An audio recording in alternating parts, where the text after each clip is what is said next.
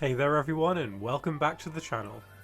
Okay, this is a slightly different choice for me as up until a year ago, I didn't even know this episode existed. I saw smaller clips from the episode on YouTube along with a few meme videos. If you're watching this, then I assume you know how "One Krabby Patty, hold the mayonnaise" became one of the more popular lines from a modern Spongebob episode. I decided this one would be a fun one to review after watching some of the later episodes in the show's run recently.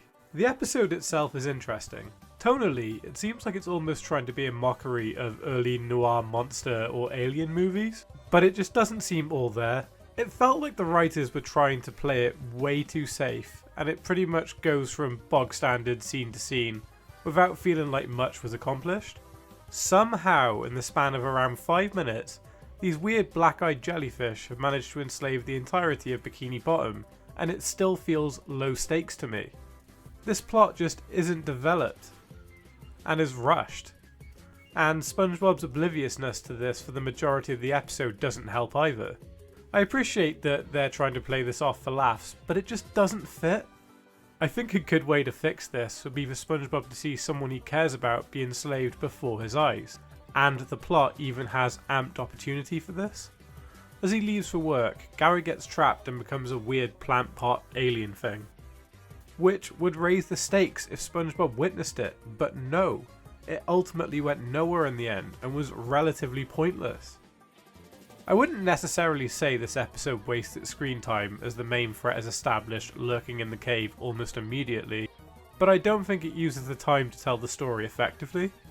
There's a lot of clunky jumps from location to location with lots of different characters, which certainly affects the flow. Nothing in the episode felt fleshed out, and it all gets resolved very quickly, which is surprising. Before I even watched this episode, I saw the promo for it on YouTube as part of the Nickelodeon Kids' Choice Awards, and it seemed to imply a longer plot. Well, at least I thought that anyway. When evil alien jellyfish attack. Oh, hey, you want some popcorn? Here you go. SpongeBob's best friend Squidward and Mr. Krabs. become his worst nightmare. Okay. An all-new SpongeBob kicks off a whole morning of premieres. Kids' Choice Saturday morning starts Saturday at 10. If this episode had been given a longer 22-minute runtime, then I think it would have been a lot better overall. I'm assuming everything to do with mayonnaise is supposed to be a meme. My headcanon is that the writing team wanted something stupid that would be discussed online, and don't get me wrong, I love this scene. Whoa, look at all the customers. "One Krabby Patty, hold the mayonnaise." One Krabby Patty, hold the mayonnaise. "One Krabby Patty, hold the mayonnaise." Thank you, come again. Brat! I would like one Krabby Patty. One Krabby Patty, hold the mayonnaise. Brat! Actually, I want one with extra mayo. In terms of aiding the story, it doesn't feel like a full plot device. I think that whilst in Jellyfish Fields, Patrick should have been eating a jar of mayo and accidentally spilt it on an alien jellyfish or something to let the audience know ahead of time that that's their weakness. Speaking of the mayonnaise scene, I think the way the voice cast were pronouncing their lines was interesting. The line delivery works in establishing they're not themselves, but I also found it to be really unintentionally funny, especially Mr. Krabs' dialogue. "You seem tired, SpongeBob. Why don't you go home and take a nap?" Imposters!